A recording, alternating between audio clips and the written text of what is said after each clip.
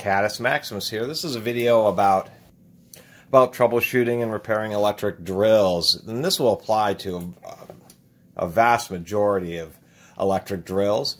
I happen to have a old Milwaukee 238. This happens to be a low power 550 RPM 3.5 amp half-inch drill, one of Milwaukee's, surprisingly enough, weakest half-inch drills. And right now it just doesn't do anything. I only paid $5. So we'll go through the troubleshooting procedures. This drill's really had a hard life. One thing you always need to make sure of with drills is you want to constantly check, not constantly, but periodically check the gearbox screws. Somebody didn't do that on this one. The gearbox has been allowed to shift around a little bit, and that causes the gears to wobble and wear out much faster. It's had a hard life. It's had a lot of bits stuck into it, and the drill chuck pulls in and out just a little bit. That really happens with lots of stuck bits where you're just prying and wrenching and yanking on it. A lot of drills, like in this Milwaukee, the rear gear is actually pressed onto the spindle, and actually pulling on it hard and then rocking it back and forth can cause that to slip a little bit, and that's what's happened in this case. On Milwaukee drills and many professional grade drills with the ball bearing setup they have for the spindle is supposed to be tight and not move in and out at all, or maybe just a tiny amount. The first thing, since this is an older model, it is a variable speed, but the circuit's integrated into the trigger, and that may have failed. I won't be able to replace that, but I'll troubleshoot the rest of it. I can show that whether or not the motor's burned out, and then how to fix this issue here. Newer models, they integrated the variable speed circuit into the vent up here. You can just see it obviously through the vent to help alleviate these issues. But on this older model, we have a brush access for the top brush just to check on it, and that would be the very first thing to do, is simply see if the tool's brushes are worn out, or maybe there's a lot of grit in there. This has a separate spring, and then with brushes you do, if we can, it's almost out, we may have to tap it. There is an orientation the way that they've worn, and when you put them back in, it's not critical, but you do want to try to put them in correctly. So the brush came out this way. This motor primarily turns in a clockwise direction. It's a double reduction drill, and so what we can see is it's just a little bit lopsided. The trailing edge, or the edge where the motor's turning this way, if we can get this to focus, happens to be just a little bit longer relative to the body of the brush versus the leading edge. That's one way you can tell. There's also just a bit more discoloration on the trailing edge, and a different type of discoloration than on the leading edge. We can see that there is plenty of brush left just by looking at this, so we know that it isn't completely worn out brushes. So that would be the first thing. We've already seen that isn't going to be the issue here. The next thing we have to do now is actually get inside it, because the next possible cause is just simply a bad power cord. We'll pull out the 4 screws. On these older Milwaukee drills, they actually had little nuts that go through the handle. On the newer ones, they just screw directly into the plastic. I always like these style that have the nuts, just because just a little heavier duty and a little bit more reliable. But they are just a bit more expensive. After we pulled all those out, most of the nuts will fall out on these tools, so you want to be careful of that. If yours does have nuts, they're pretty easy to lose. And we'll go ahead and flip it over and shake out most of these screws. Most of them just fell right out. That was actually pretty convenient, except for this one right here. Pull apart the 2 case halves, and you'll have to work it a little bit, especially on an old drill like this. They tend to want to get just a little bit stuck. There we go. And just go along the edge and just get it nice and separated. What we're trying to do is just pull it apart nicely and easily. There we go. And I forgot to mention, I was trying to pull it apart backwards, but the side that the screws normally go in is the side of the case half that you want to pull apart. Of course, the next thing is just to take a look around inside the tool to see if there's obviously any wires that have pulled out of the switch here. Check these wires up here on top. This is a reversible drill, so it's going to have a bunch of wires. How the non-reversible drill in these motors work is that it comes in through one field winding, through another field winding, and through one brush, and then out the other brush, and then back through, completing the circuit. And so when they do the reversing action, it has all these wires down here, because what it's doing is it's just basically flipping the orientation of the brushes relative to the field itself. And of course, brush motors do have less power in reverse when they use this method to reverse them instead of a rotating brush card, because they do have a timing. We can see there are no wires on the backside, so that makes this a little bit easier. They don't seem to be loose or have just simply fallen out. So the first thing I'm going to do is I'm actually going to take a multimeter between the power cable and see if it's conducting electricity. So this may have been an easier one. I have my multimeter set to the beat mode, continuity, and so might as well test the ground first.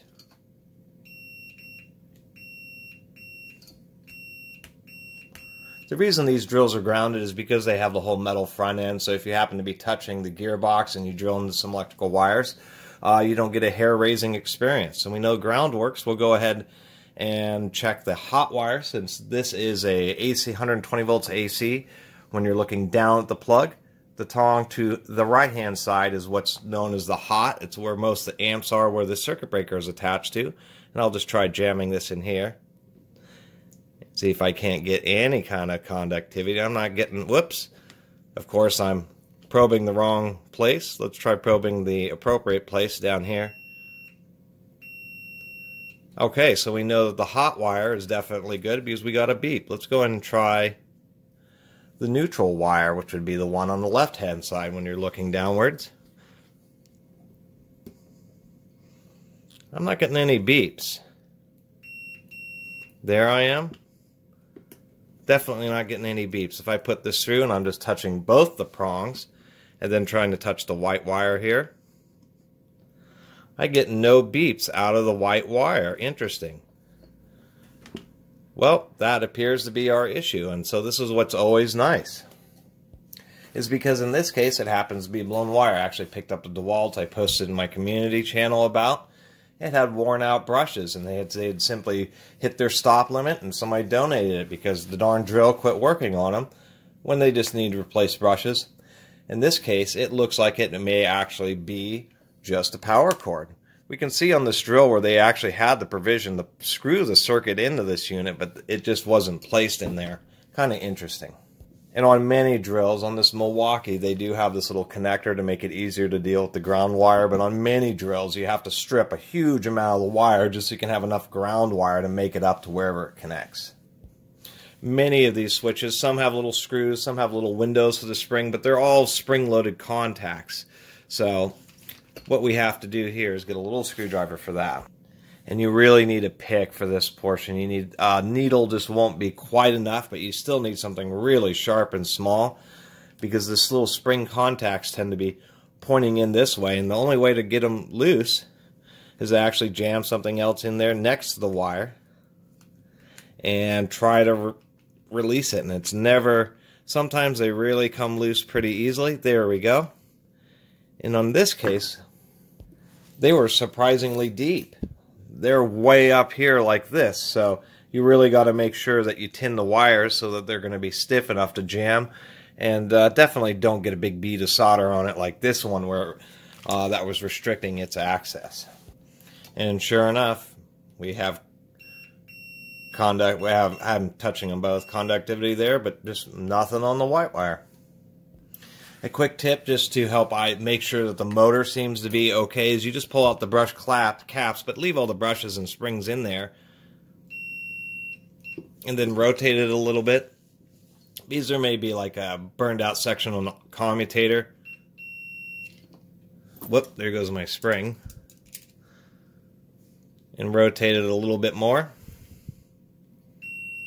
We're good. That motor definitely is going to be turning if it gets electricity. So now we know if we replace the power cord and it still doesn't work, there's only one part, the trigger switch, to worry about. One thing I was going to also mention is if you ever turn these drills, they always seem to have quite a bit of friction. It's actually all due to the brushes. When you have no load on the brushes, these things just spin right down. It's really surprising. A couple other tips about the brush caps when you encounter them. At least for tools that have threaded ones, don't over torque them because they're easy to strip out.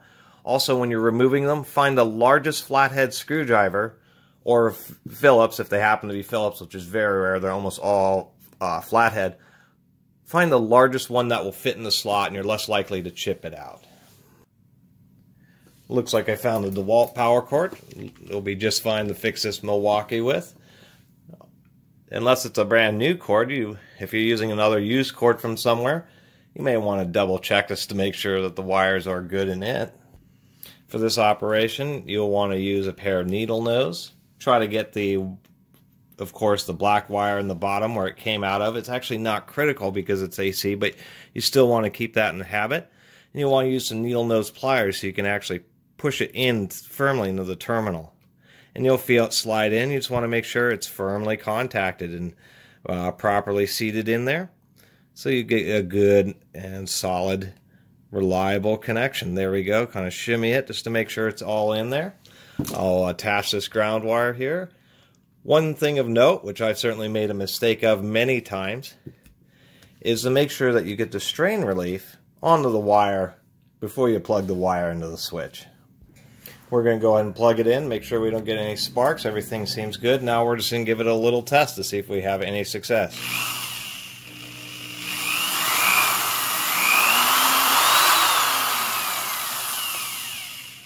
Simple as that, power cord.